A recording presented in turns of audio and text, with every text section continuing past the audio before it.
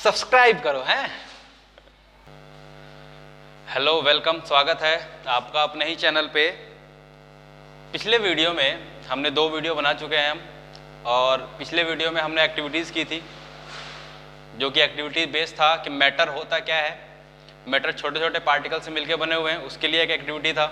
और मैटर का जो पार्टिकल्स की जो 3 प्रॉपर्टी थी, उसके लिए भी एक्टिविटी हमने समझ लिया था। आज कुछ रिवीजन क्वेश्चंस हैं, उसको जरा देखते हैं। जैसे पहला क्वेश्चन है कि which of the following is not matter. जो भी हमारे पास जो ऑप्शन दिख रहा है, इन सभी ऑप्शनों में से कौन से ऑप्शन जो हैं वो मैटर नहीं है। अब हमने मैटर का एक डेफिनेशन पढ़ा था कि जो भी ऐसा कोई भी वस्तु, जो भी कोई भी चीज जो स्पेस घेरता हो, यानी कि उसके पास वॉल्यूम हो और उसके पास मास हो, तो उसको हम मैटर बोलते थे। इसी आधार पर हम इन सब में से मैटर को अलग करेंगे। जैसे कुछ दिया हुआ है, बहुत सारे सब्सटेंस हैं, जैसे कि चेयर है, एयर है, love, smell, hate, almond, thought, cold, lemon water, smell of perfume, emotion, oxygen यानी ऑक्सीजन गैस, और ड्रीम। इन सभी चीज़ों में से कौन कौन से मैटर हैं और कौन कौन से मैटर नहीं हैं, इसको हमको अलग करना है। तो क्वेश्चन पूछा है कि कौन कौन से मैटर नहीं है। तो ये देखिए, जो भी ग्रीन शेड में दिख रहा है वो मैटर नहीं है। जैसे कौन कौन सा है? लव, लव मैटर नहीं है।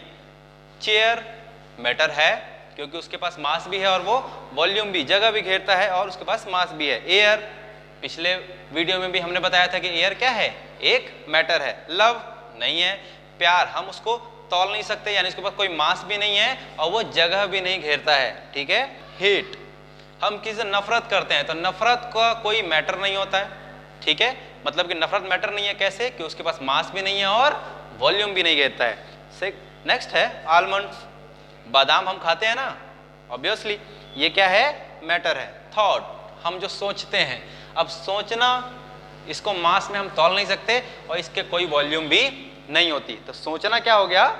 मैटर नहीं है। लेमन वाटर, अब लेमन वाटर मैटर है, बिल्कुल मैटर है। इमोशंस, इस इमोशंस, हम जो भी अंदर के जो भाव अपने प्रकट करते हैं, हम इमोशनल हो जाते हैं, कभी हम दुख प्रकट करते हैं, तो ये मैटर नहीं होता, क्योंकि इसके पास ना मास है और ना ही वॉल्यूम है। ऑक्सीजन गैस, एयर गैस है, गैस के पास क्या होता है? मास भी होता है और वॉल्यूम भी होता है, तो ये एक मैटर है। नेक्स्ट है ड्रीम, हम रात को सपने देख रहे हैं या दिन में भी हम सपने सोच रहे हैं, थॉट, या रात को हम सपने देख रहे हैं, इसमें ये भी मैटर नहीं है, क्योंकि इसमें भी मास नहीं है और वॉल्यूम नहीं है। तो जितने भी ग्रीन शेडेड वाले जो भी दिख रहे हैं, they all are not a matter. Second question है कि हमको रीजन बताना है। जैसे पहला क्वेश्चन है, इट इज ड्यू टू, पहला क्वेश्चन है कि जो भी गरम खाना होता है, गरम खाने का स्मेल जो है वो दूर से ही हमारी नाकों तक पहुंच जाता है। हम स्मेल कर लेते हैं कि भाई यहाँ पे आज कुछ अच्छा चीज बना है, पनीर बना है या कुछ बना है, ठीक है। लेकिन जो ठंडा खाना होता है उसको हमको पास में जाकर सूंघना पड़ता है, तब बताना पड़ता है कि ये कैसा है। यानी कि गर्म खाने का स्मेल जो है वो दूर से ही आ जाता है, ठंडे खाने का स्मेल थोड़ा पास जाकर के हमको पता लगाना पड़ता है। तो ये रीजन क्या है कि गर्म खाने का जो स्मेल है वो दूर से ही आ जा रहा है। तो इसका सीधा सीधा आंसर है, स्लाइड में मैंने लिख दिया है, काइनेटिक एनर्जी। अब काइनेटिक एनर्जी की वजह से हमको गर्म खाना आसानी से हमारी नाकों तक पहुंच जाता है। क्यों पहुंच जाता है? देखो, पार्टिकल्स है ना, तो पार्टिकल्स, उसके पास जैसे काइनेटिक एनर्जी आएगा तो उसके अंदर वाइब्रेशंस हो जाएगा, यानी कि जो पार्टिकल्स होंगे उसके अंदर मूवमेंट तेज हो जाएगा। हमने बताया था ना कि जब भी किसी भी पार्टिकल्स को एनर्जी मिलेगा तो वो अपने आप से क्या करेगा? मूवमेंट को तेज कर देगा, है ना। तो यहाँ पे क्या हुआ? काइनेटिक एनर्जी जैसे तेज होगा तो जो हॉट फूड पार्टिकल्स है, यानी कि जो गर्म खाना है, उसके पार्टिकल्स में मोशन ज़्यादा होगा और फिर इस वजह से वो ट्रेवल करेगा और हमारे नाकों तक वो आसानी से पहुँच जाएगा। लेकिन अगर ठंडा है तो उसके अंदर क्या होगा? काइनेटिक एनर्जी कम होने की वजह से हीट कम है, तो पार्टिकल के बीच में मोशन भी कम होगा, तो हमारी नाक तक वो स्मेल नहीं पहुँचेगा। तो ये रीजन हो गया। सेकेंड क्वेश्चन है इसी में, गिव रीजन वाले में ही, कि एक डाइवर है, यानी कि जो स्विमर होता है है ना, वो पानी को स्विमिंग पूल के अंदर जब तैर रहा है तो पानी को कट करता है। तो इसका रीजन क्या है कि पानी जो है वो कट जाता है। तो इसका भी आंसर मैंने यहाँ पे दे रखा है कि जो भी वाटर मॉलिक्यूल है उसके बीच में फोर्स ऑफ अट्रैक्शन बहुत कम है। अब फोर्स ऑफ अट्रैक्शन अगर कम होगा तो वो आसानी से वाटर मॉलिक्यूल को काट करके वो आगे बढ़ सकता है। स्विमिंग में यही चीज बहुत ही ज्यादा इंपॉर्टेंट है। तो यहाँ पे आई होप ये दोनों क्वेश्चन रिवीजन क्वेश्चन आपको समझ में आ गया होगा। अब आज की जो क्लास है इसमें अब हम शुरू करते हैं स्टेट्स ऑफ मैटर। मैटर की अवस्था, कोई भी पदार्थ है उसकी अवस्था कितनी होती है। तो यहाँ पे अवस्था 5 हमको पढ़ना है और 5 में से जो 3 है वो बहुत ज्यादा इंपॉर्टेंट है। तो कौन कौन से अवस्था है? सबसे पहला होता है सॉलिड। सॉलिड हमको याद होना चाहिए, सॉलिड कैसा होगा? ठोस, है ना। Second liquid. लिक्विड क्या होता है? वाटर, हमने देखा है ना। गैस, गैस यानी कि एयर। ये 3 अवस्था हो गई। चौथी अवस्था है बोस आइंस्टीन कंडेंसेट और 5वीं अवस्था है प्लाज्मा। तो ये पांचों अवस्था में से शुरुआत की जो 3 अवस्था है इसके डिफरेंसेस भी हमको अच्छे से याद करना है। इन तीनों को एक दूसरे से कोरिलेट भी करना है। बाकी दोनों भी हम आगे आने वाली क्लास के अंदर हम क्लियर जरूर करेंगे। तो नेक्स्ट स्लाइड हम डिस्कस करेंगे कि सॉलिड, लिक्विड और गैस इन तीनों में क्या क्या अंतर है। ठीक है, तो सबसे पहला अगर वॉल्यूम की बात करूं, सॉलिड, लिक्विड, गैस आपको स्लाइड में दिख रहा है।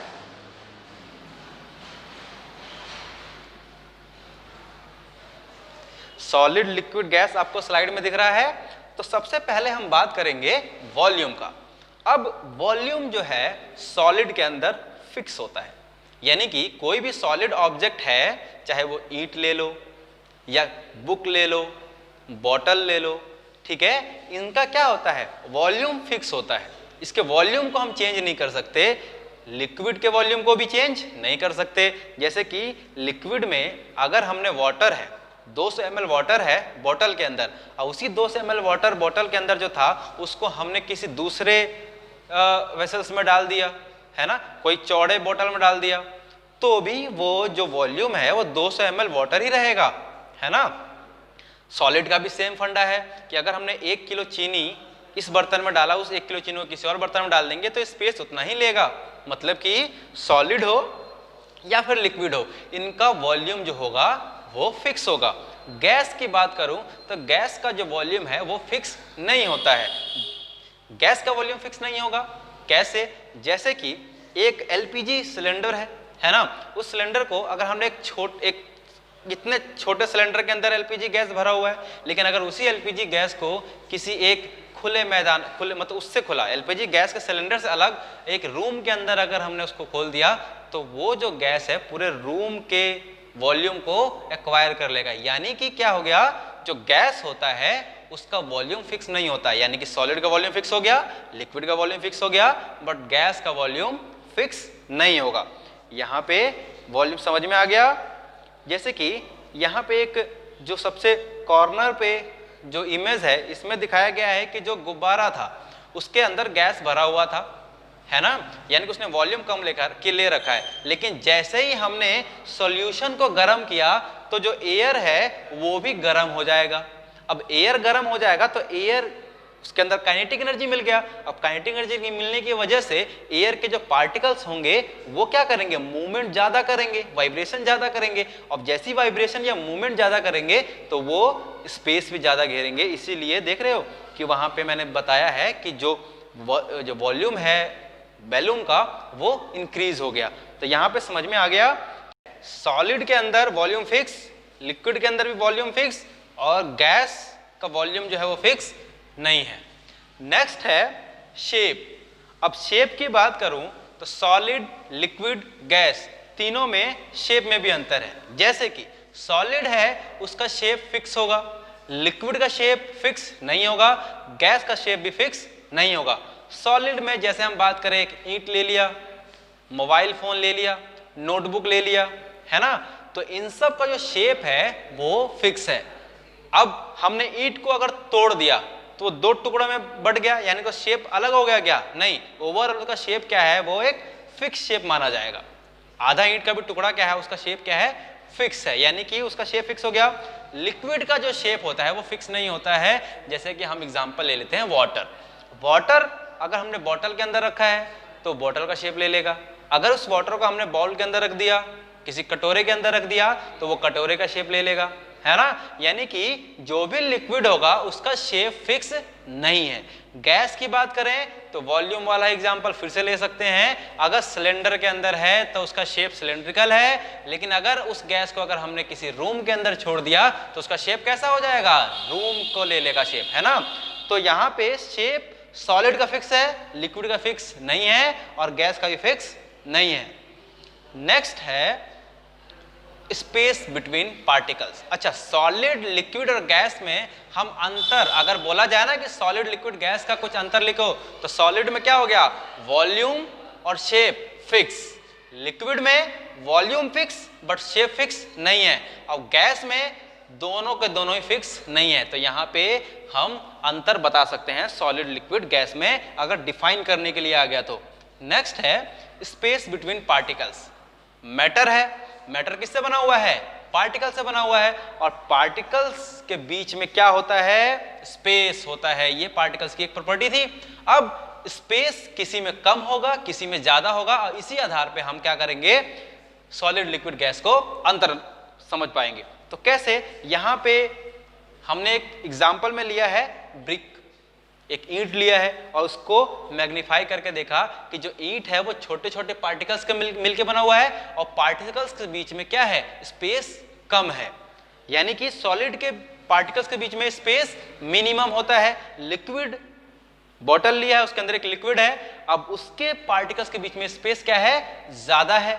यानी कि उनके पार्टिकल्स के बीच में स्पेस इंटरमीडिएट है, यानी कि सॉलिड से स्पेस ज्यादा है। अगर मैं गैस की बात करूं, यहाँ पे बैलून लिया है, और बैलून यानी कि उसके अंदर एयर भरा हुआ है, और एयर एक गैस है, और गैस के पार्टिकल्स के बीच में क्या है? स्पेस ज्यादा है।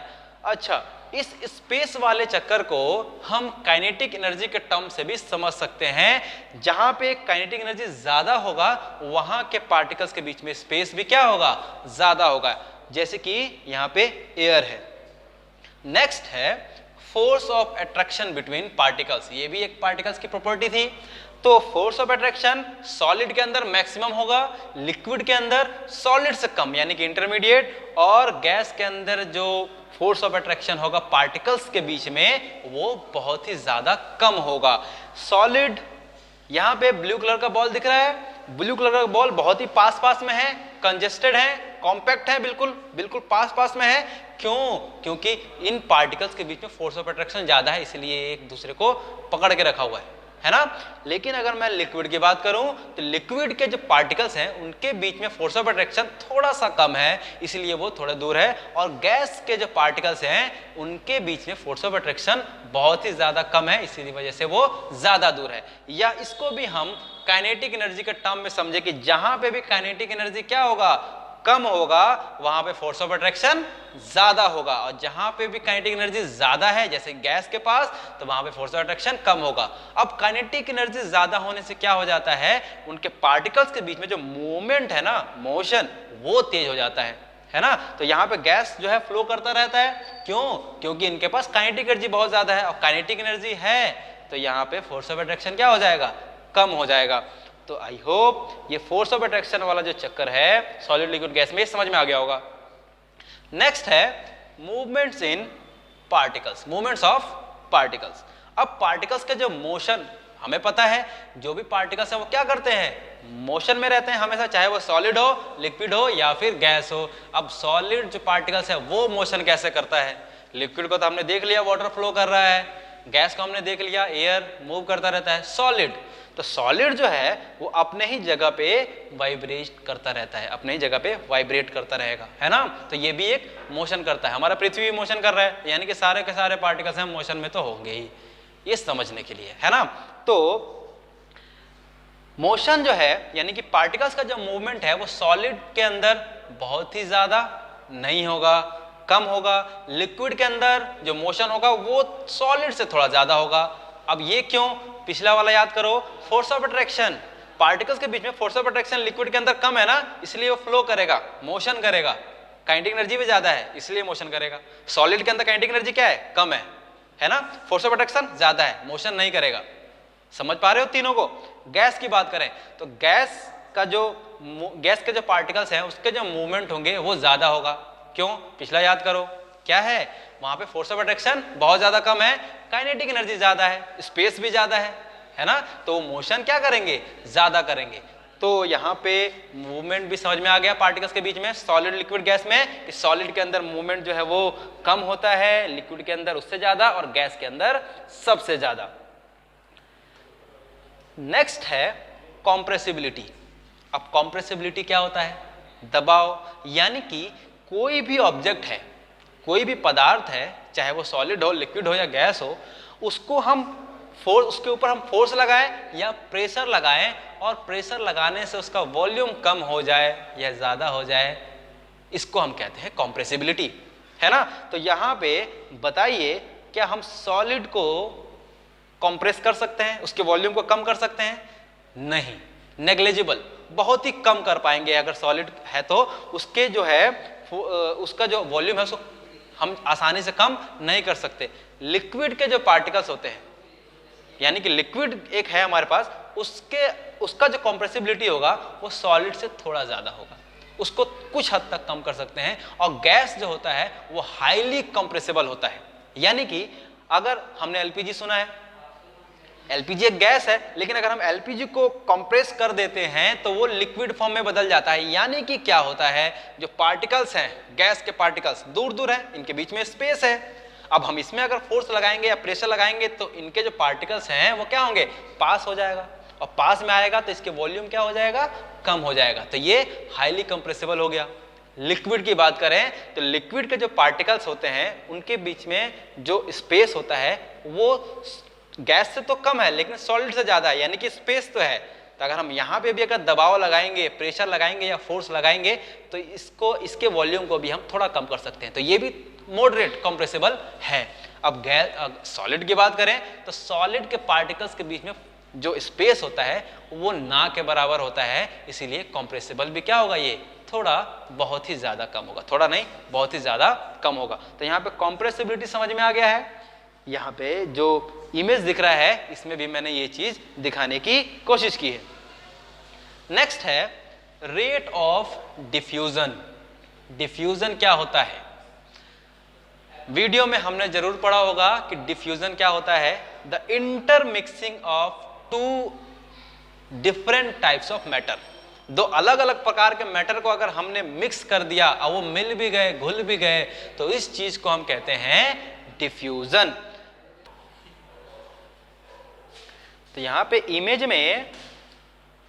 इमेज में हमने देखो मैंने 3 अलग अलग वेसल्स लिए हैं, यानी कि पानी लिया है हम तीनों, है ना। और पानी के अंदर मैं क्या कर रहा हूं, एक के अंदर चीनी घोल रहा हूं, चीनी सॉलिड है, एक के अंदर इंक घोल रहा हूं, इंक सॉलिड है नहीं, लिक्विड है, और एक के अंदर मैं घोल रहा हूं गैस यानी कार्बन डाइऑक्साइड, है ना। तो बताओ चीनी जल्दी घुलेगा, इंक जल्दी घुलेगा या कार्बन डाइऑक्साइड जल्दी घुलेगा?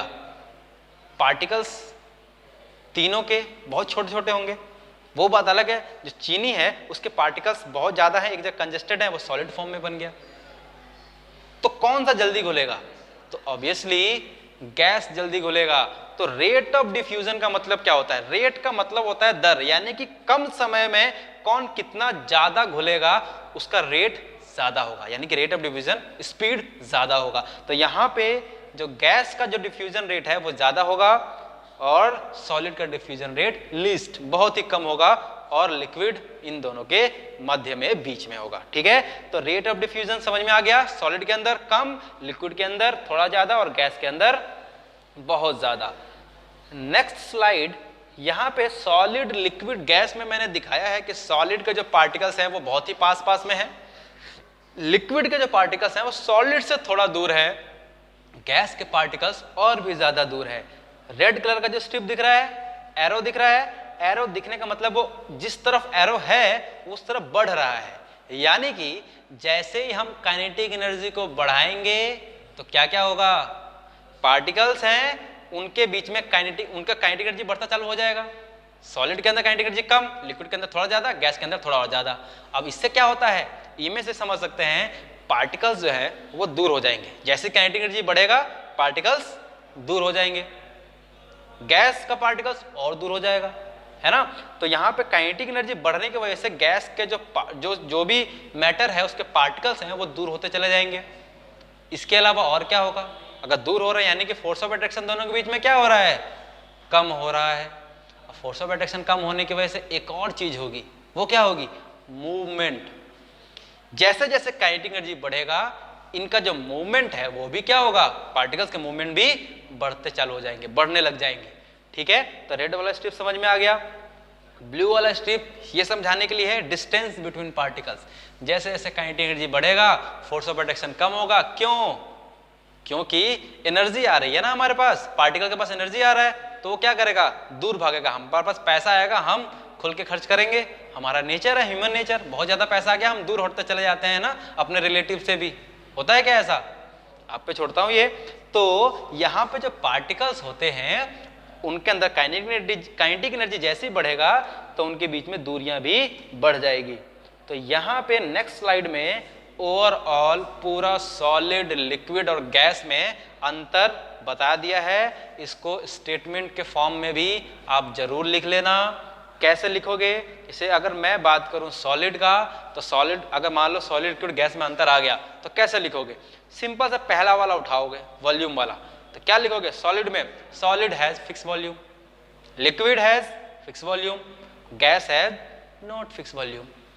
अब हम नेक्स्ट उठाएंगे shape, solid has fix shape, liquid has not fix shape, gas के पास फिक्स शेप नहीं है।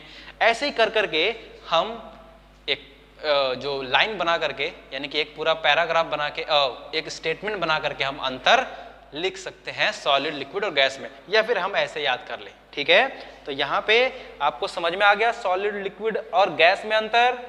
इसके बाद फिर से रिवीजन क्वेश्चन है। अब रिवीजन क्वेश्चन बहुत ही इजी है, आपके बुक वाला ही क्वेश्चन मैंने यहाँ पे दिया हुआ है, इसको फिर से जरा देख लेते हैं। पहला क्वेश्चन है, पहला क्वेश्चन एक्चुअली वहां पे एक आंसर दे रखा है, एक डेफिनेशन दिया हुआ है डेंसिटी के बारे में। डेंसिटी क्या होता है, the mass per unit volume is called density. Mass per unit volume, जरा समझते हैं मास पर यूनिट वॉल्यूम क्या होता है। सपोज करो कि मैंने एक 3 अलग अलग डब्बे लिए, सेम शेप के, उसका वॉल्यूम, तीनों का डब्बे का वॉल्यूम सेम है। ठीक है, अब एक के अंदर मैंने वाटर दे दिया, भर दिया, और एक के अंदर मैंने भर दिया आयरन। ठीक है, और एक के अंदर मैंने भर दिया एयर, भरा हुआ रहता है एयर। तो बताओ तीनों में कौन सा ज्यादा भारी होगा, आयरन, है ना, क्योंकि आयरन का वॉल्यूम तीनों का सेम है, लेकिन आयरन के जो पार्टिकल्स होंगे वो ज्यादा होगा उसके अंदर। अब आयरन के पार्टिकल्स ज्यादा क्यों होगा, सॉलिड है और आयरन के पार्टिकल्स के पीछे फोर्स ऑफ अट्रैक्शन बहुत ही ज्यादा है, इसीलिए वो पास पास रहेंगे, और पास पास रहेंगे तो पार्टिकल्स भी तो ज्यादा आएगा, यानी कि वॉल्यूम सेम है बट मास उसके अंदर ज्यादा है, इसलिए आयरन वाला पार्ट जो है वो भारी लगेगा। मैं अगर वाटर की बात करूं, लिक्विड हो गया। अब लिक्विड के जो पार्टिकल्स हैं उनके बीच में गैप ज्यादा होता है, तो वो थोड़ा लूजली पैक्ड होंगे, यानी कि वो जल्दी भर जाएगा, यानी कि पार्टिकल्स कम लगेंगे, है ना। तो लिक्विड जो यानी कि वाटर वाला जो वेसल है, बॉक्स है, वो थोड़ा हल्का होगा। अब गैस की बात करूं तो गैस, उनके पार्टिकल्स के बीच में क्या है, फोर्स ऑफ अट्रैक्शन ना के बराबर, बहुत कम है। फोर्स ऑफ अट्रैक्शन अगर कम है तो पार्टिकल दूर रहेंगे, और पार्टिकल दूर रहेंगे तो वह जल्दी ही भर जाएगा, यानी कि उसके अंदर जो पार्टिकल्स की संख्या है वो कम होगी। तो आई होप डेंसिटी समझ में आ गया होगा कि mass per unit volume is called density. तो यहाँ पे अरेंज करना है इंक्रीजिंग ऑर्डर ऑफ डेंसिटी में कौन कौन से मैंने मैटर दिया हुआ है, air, smoke, Honey, water, chalk, cotton और आयरन।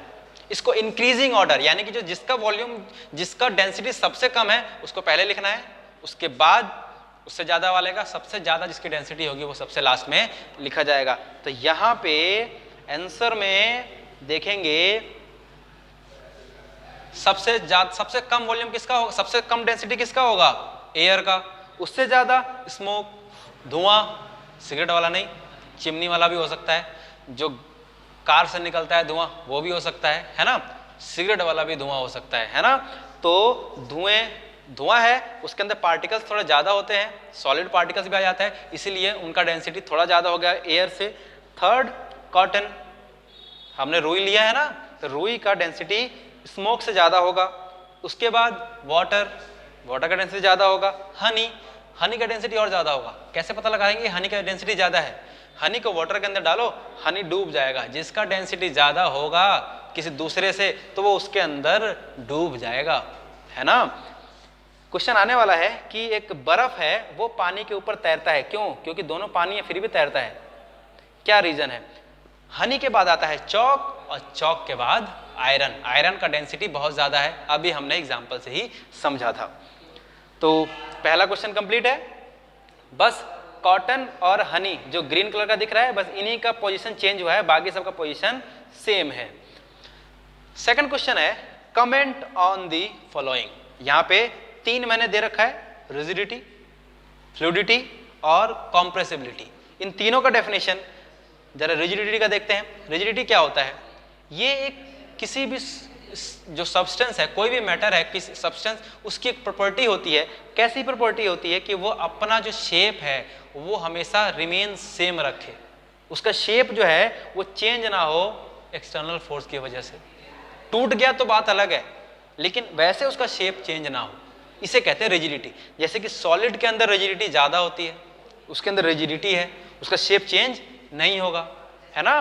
तो रिजिडिटी क्या है? एक सब्सटेंस की प्रॉपर्टी है कि वो अपने शेप को रिमेन, हमेशा कंटिन्यूअसली बरकरार रखे, बनाए रखे, ये होता है रिजिडिटी। सेकंड है फ्लूइडिटी। ये भी सब्सटेंस की एक एबिलिटी है कि वो क्या करे, मूव करे या फ्लो करे। जैसे कि वाटर की क्या एबिलिटी है कि वो मूव करेगा या फिर फ्लो करेगा, है ना। तो ये हो गया फ्लूइडिटी। कॉम्प्रेसिबिलिटी मैंने अभी बताया था, कॉम्प्रेसिबिलिटी क्या है, इसका मतलब क्या है, यहाँ पे मैंने जो डेफिनेशन लिखा है, it is a measure of how much a given volume of any matter decrease. यानी कि मैं सॉलिड, लिक्विड, गैस तीनों को ले लूंगा, तीनों पे अगर फोर्स लगाऊं या प्रेशर लगाऊं तो कौन सा कम होगा? जो जितना ज्यादा कम होगा उसकी कॉम्प्रेसिबिलिटी उतनी ही ज्यादा होगी। जैसे गैस, वो बहुत ज्यादा उसके वॉल्यूम कम हो जाता है और लिक्विड में चेंज हो जाता है, इसकी कॉम्प्रेसिबिलिटी क्या है? ज्यादा है। तो कॉम्प्रेसिबिलिटी ये हो गया। Third question, give reason liquid generally have lower density than solid. हमने पढ़ा था जो भी लिक्विड होगा उसका डेंसिटी है वो सॉलिड से कम होगा। पिछले वाले एग्जांपल से समझ सकते हैं, जो हमने जो लिया था आयरन, उसका डेंसिटी ज्यादा था वाटर से, है ना। तो यहाँ पे क्वेश्चन ये बनता है कि जो लिक्विड का जो डेंसिटी है वो आयरन जो सॉलिड से कम होगा, तो सॉलिड पार्टिकल जो है वो लिक्विड के अंदर डूब जाएगा, सिंक कर जाएगा, डूब जाएगा, है ना। यही होता है, यही रीजन है कि कोई भी चीज पानी के अंदर डूबता है, यानी कि जो वो चीज है उसका जो डेंसिटी है पानी की डेंसिटी से ज्यादा है, इसीलिए वो डूब जा रहा है। तो यहाँ पे क्वेश्चन ये है कि जो आइस होता है, बर्फ, वो पानी के अंदर फ्लोट क्यों करता है, तैरता क्यों है? कभी ट्राई करके देखना, जो पानी के अंदर जो आइस डालोगे तो आइस जो है पानी के ऊपर तैरेगा। इसका रीजन क्या है? तो इसका रीजन डेंसिटी। डेंसिटी कम होगा तो वो तैरेगा। अब पानी हमने ले लिया, पानी और बर्फ दोनों H2O है, वाटर है, तो कैसे बर्फ का डेंसिटी कम हो गया, है ना। तो इसके लिए भी हमारे पास एक एग्जांपल है। हमने लिया एक ग्लास ले लो और ग्लास के अंदर पूरा फुल पानी भर करके उसको फ्रीजर के अंदर डाल दो, और फ्रीजर के अंदर जैसे डाल दोगे जब वो बर्फ जम जाएगा तो उसको जब निकाल के देखोगे तो क्या होगा कि उसका जो वॉल्यूम है, जो यानी कि जो बर्फ है उसका वॉल्यूम थोड़ा बढ़ा हुआ नजर आएगा, थोड़ा ऊपर तक बर्फ जमा हुआ नजर आएगा, ठीक है। यानी कि पानी हमने तो उतना ही डाला था लेकिन उसका क्या है, वॉल्यूम बढ़ गया। करके देखना, अब जब तुम बर्फ को निकालोगे वॉल्यूम कैसे बढ़ जाता है, तो उसको जब ध्यान से देखोगे उस बर्फ को, तो उस बर्फ के जो पार्टिकल्स होंगे उसके बीच में ना एयर होल होगा, यानी कि एक स्पेस नजर आएगा, पोर्स नजर आएंगे, एयर पोर्स नजर आएंगे, यानी कि पोर्स आ गया तो वॉल्यूम बढ़ गया, और वॉल्यूम बढ़ गया तो डेंसिटी कम हो जाएगा। हमने पढ़ा ना डेंसिटी बराबर क्या होता है, मास अपॉन वॉल्यूम। अब पानी है, पानी का मास तो कभी चेंज होगा नहीं, मास तो उतना ही रहेगा, लेकिन जैसे ही वॉल्यूम बढ़ेगा तो डेंसिटी क्या हो जाएगा, कम हो जाएगा। अब डेंसिटी कम होने की वजह से क्या होता है, जो आइस है वो पानी के ऊपर तैरता है। तो ये तीनों क्वेश्चन कंप्लीट होते हैं। नेक्स्ट स्लाइड है, can matter change it's state. कोई भी जो मैटर होता है क्या वो अपनी अवस्था बदल लेगा क्या, यानी कि सॉलिड वाला लिक्विड हो जाएगा क्या, लिक्विड वाला गैस हो जाएगा क्या, या गैस सॉलिड में चेंज हो जाएगा क्या, है ना। तो इसका आंसर है हाँ बिल्कुल। इसके तरीके हैं दो। पहला तरीका है टेम्परेचर के हिसाब से, टेम्परेचर अगर हम कम ज़्यादा करेंगे तो उससे जो स्टेट में परिवर्तन आ जाएगा, उनके अवस्था में चेंज आ जाएगा। और दूसरा है प्रेशर, अगर हम प्रेशर दबाव दें तो उसकी वजह से भी उनके स्टेट में चेंज आ जाएगा, है ना। तो टेम्परेचर हीट देंगे टेम्परेचर बढ़ेगा। तो सबसे पहला टॉपिक उठाते हैं टेम्परेचर का। तो टेम्परेचर में स्लाइड में देखो कि जब भी हम सॉलिड को हीट करेंगे, यानी कि क्या कर रहे हैं, उसको टेम्परेचर दे रहे हैं। अब हीट करेंगे काइनेटिक एनर्जी बढ़ेगी, ये दिमाग में जरूर रखना, काइनेटिक एनर्जी। तो जैसे हम हीट देंगे सॉलिड को तो वो चेंज हो जाएगा लिक्विड में, और लिक्विड में चेंज हो जाएगा यानी कि क्या करेगा, वो मेल्ट हो जाएगा, पिघल जाएगा।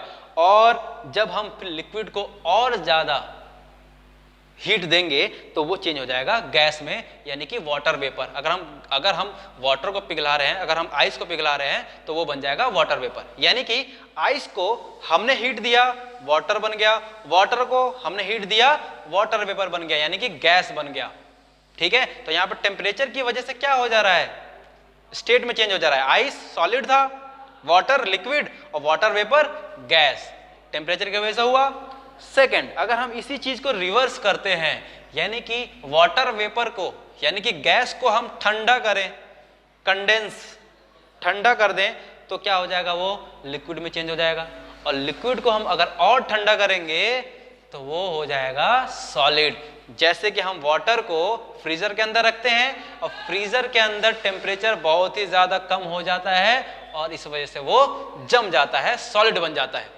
ठीक है, तो दोनों प्रोसेस याद रखेंगे, करेंगे कि सॉलिड को हमने हीट किया तो लिक्विड बन गया, लिक्विड को हीट किया तो गैस, कूल किया सॉलिड और गैस को तो लिक्विड, और लिक्विड को और कूल किया तो वो बन जाएगा सॉलिड। तो यहाँ पे मेल्ट, एवोपरेट, वेपोराइज यानी कि वाटर वेपर, ये सब टर्म्स हमको याद रखना होगा।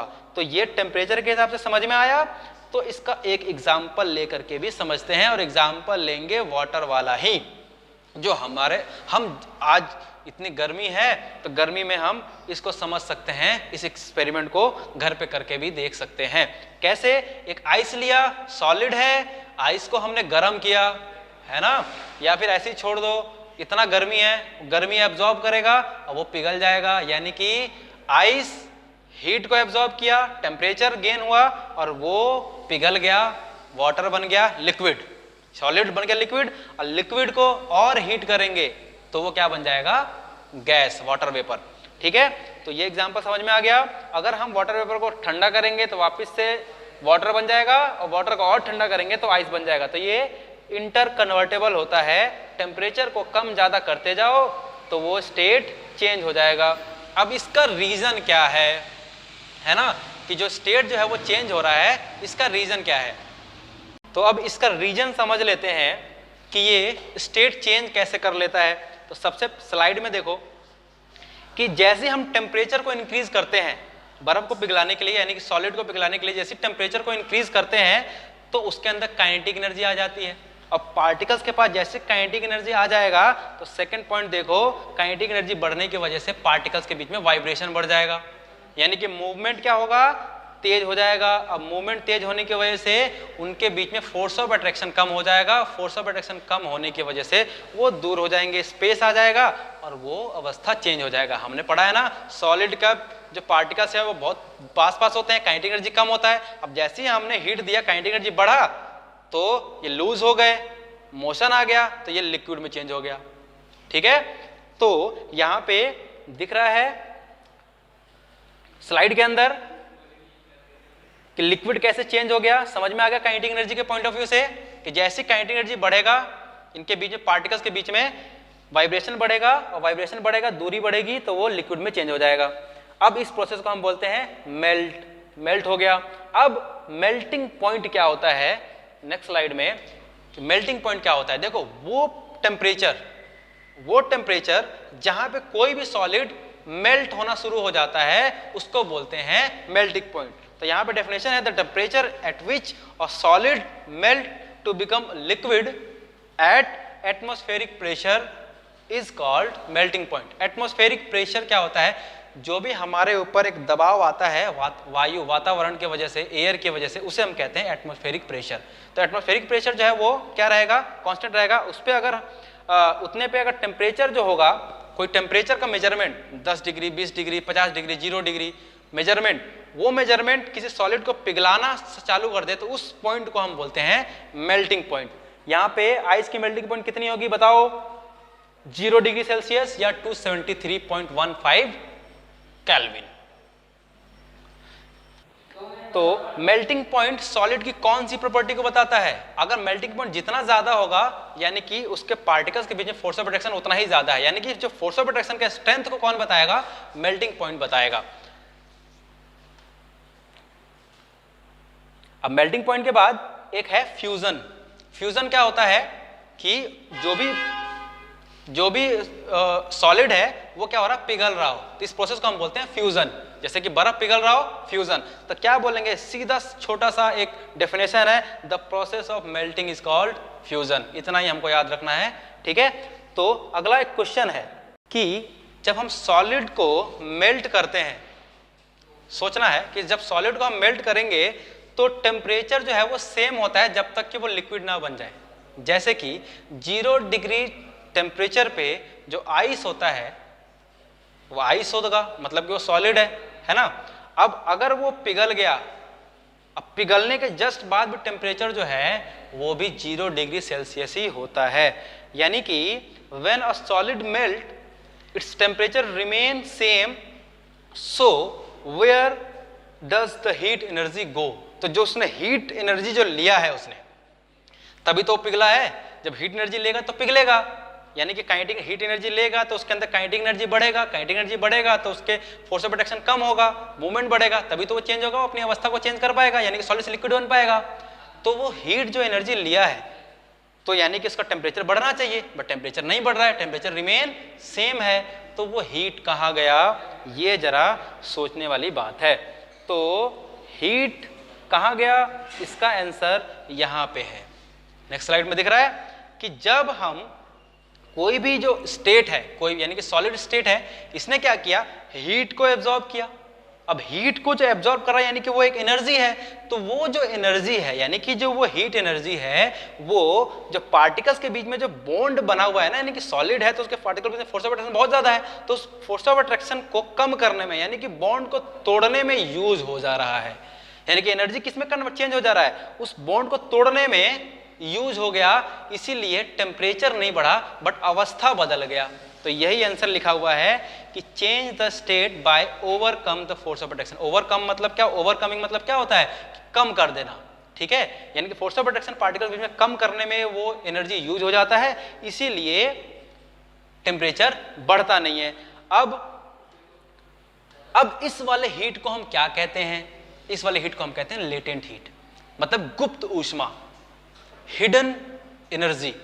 तो यानी कि जो सॉलिड है यानी कि गैस है, आइस है, आइस ने एनर्जी लिया लेकिन टेम्परेचर नहीं बढ़ा, वो पिघल भी गया, वाटर बन गया, लेकिन टेम्परेचर नहीं बढ़ा, यानी कि वो जो हीट है वो कहाँ गया, एब्जॉर्ब हो गया उसके बॉन्ड को वीक करने में, फोर्स ऑफ अट्रैक्शन को कम करने में। तो इस वाले जो हीट को हम बोलेंगे लेटेंट हीट। तो लेटेंट हीट का डेफिनेशन याद रखना।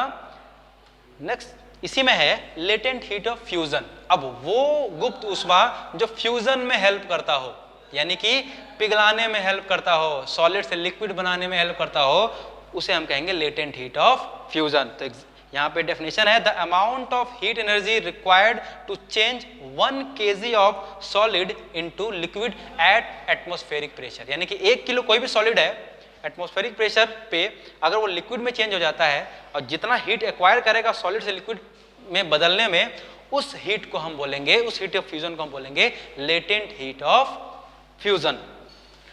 नेक्स्ट स्लाइड है कि जो वाटर है वो 0 डिग्री सेंटीग्रेड यानी कि 273 केल्विन पे उसका जो एनर्जी होगा ज्यादा होगा देन 0 डिग्री सेल्सियस आइस, यानी कि बर्फ 0 डिग्री सेल्सियस पे है उसका एनर्जी कम होगा, वाटर का जो एनर्जी होगा वो ज्यादा होगा। ये सोचो क्यों?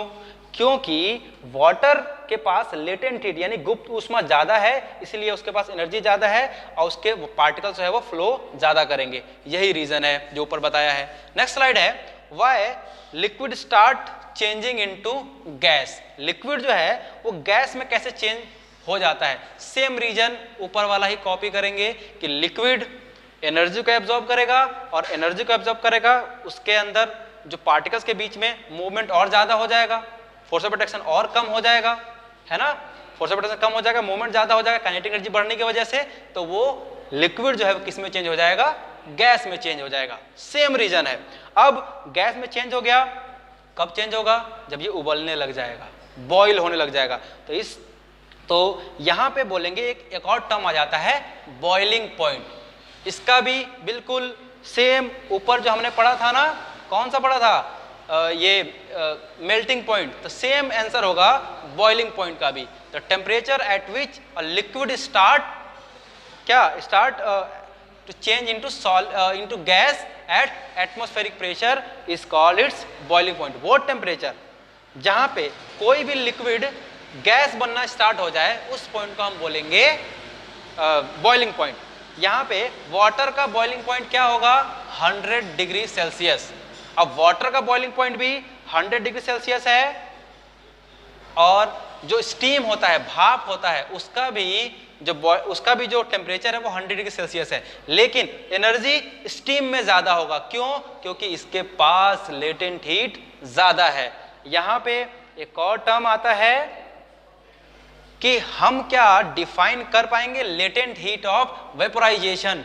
बिल्कुल लेटेंट हीट ऑफ फ्यूजन की तरह हम इसको भी डिफाइन कर सकते हैं। वो अमाउंट ऑफ हीट जिसको जो लिक्विड है उसको लिक्विड से गैस बनाने में जो यूज हो जाता है, उस अमाउंट ऑफ हीट को हम कहते हैं लेटेंट हीट ऑफ वेपोराइजेशन। तो यहाँ पे हम इसको डेफिनेशन भी लिख सकते हैं। और मैंने अभी जो बताया वाटर वेपर यानी कि स्टीम, उसकी एनर्जी जो है वो ज्यादा होगी देन बॉइल्ड वाटर। ठीक है, क्यों? क्योंकि उसके पास लेटेंट हीट ज्यादा है, जबकि दोनों का टेम्परेचर जो है वो 100 डिग्री सेल्सियस ही होगा। अब आज का आखिरी topic, can solid directly convert into gas. यानी कि कोई भी सॉलिड ऑब्जेक्ट है वो पहले लिक्विड बनता है और लिक्विड के बाद गैस बनेगा। जैसे कि हम आइस ले लें, आइस पहले क्या बनेगा, वाटर बनेगा, वाटर के बाद फिर वो वाटर वेपर बनेगा। लेकिन क्या ऐसा भी कोई ऑब्जेक्ट है जो सॉलिड से सीधा गैस बन जाए या गैस से सीधा सॉलिड बन जाए? ये भी हो सकता है। तो ऐसा बिल्कुल है, यस लिखेंगे, बिल्कुल है। और इस प्रोसेस का नाम होता है सब्लिमेशन। एग्जाम्पल में कपूर हमने ले लिया। कपूर को जब हम हीट करते हैं, जलाना नहीं है उसको हीट करना है। जैसे हम कपूर को गर्म करेंगे तो कपूर सॉलिड से सीधा गैस बनेगा और जैसे उसको छोड़ देंगे ठंडा होने के बाद वापस वो सॉलिड बन जाएगा। यहाँ पे इमेज में देखो कि हमने एक लैंप लिया है, नीचे बर्नर, एक चाइना डिश लिया है, एक कटोरा, ठीक है, चीनी मिट्टी का कटोरा होता है, और ऊपर हमने फनल डाल दिया और फनल के टॉप पे हमने कॉटन लगा दिया ताकि गैस बाहर ना निकल जाए। और हमने जैसे हीट किया तो जो कपूर है वो गर्म होने के बाद गैस बनेगा और वहां पे कॉटन के पास जाके रुक जाएगा, और जैसे हम ठंडा कर देंगे तो कॉटन के पास ही वो जम जाएगा, यानी कि वो गैस वापस सॉलिड बन जाएगा, सॉलिड गैस बन जाएगा। यानी कि सब्लिमेशन प्रोसेस क्या हो गया कि कोई भी सॉलिड चीज गैस में बदल जाता हो बिना लिक्विड में चेंज हुए, तो इस प्रोसेस को हम कहते हैं सब्लिमेशन। या उल्टा भी, कोई भी गैस डायरेक्ट सॉलिड बन जाता हो बिना लिक्विड में चेंज किए, उसे हम बोलते हैं सब्लिमेशन। तो एग्जांपल में हमको याद रखना है कपूर, और इसी को हम बोलते हैं अमोनियम क्लोराइड। ठीक है, तो आई होप आपको सब्लिमेशन यहाँ तक का जो टॉपिक है वो समझ में आ गया होगा। अब हम बाय प्रेशर हम कैसे स्टेट को चेंज करेंगे ये नेक्स्ट वीडियो में कवर करेंगे, और इसके बाद एवोपरेशन भी है उसको भी कवर करेंगे। तो ये वीडियो कैसा लगा इसको ज़रूर कमेंट में बताओ। कोई क्वेश्चन समझ में नहीं आ रहा है तो पूछ लो कमेंट करके कि हाँ ये क्वेश्चन समझ में नहीं आया या ये टॉपिक हमको क्लियर नहीं हुआ, मैं उसका सेपरेट वीडियो बनाऊंगा या उसको मैं रिप्लाई करके समझाऊंगा। और वीडियो को शेयर कीजिए अपने दोस्तों को और चैनल को सब्सक्राइब ताकि सपोर्ट कीजिए ताकि मैं ऐसी वीडियो और बनाता रहूं।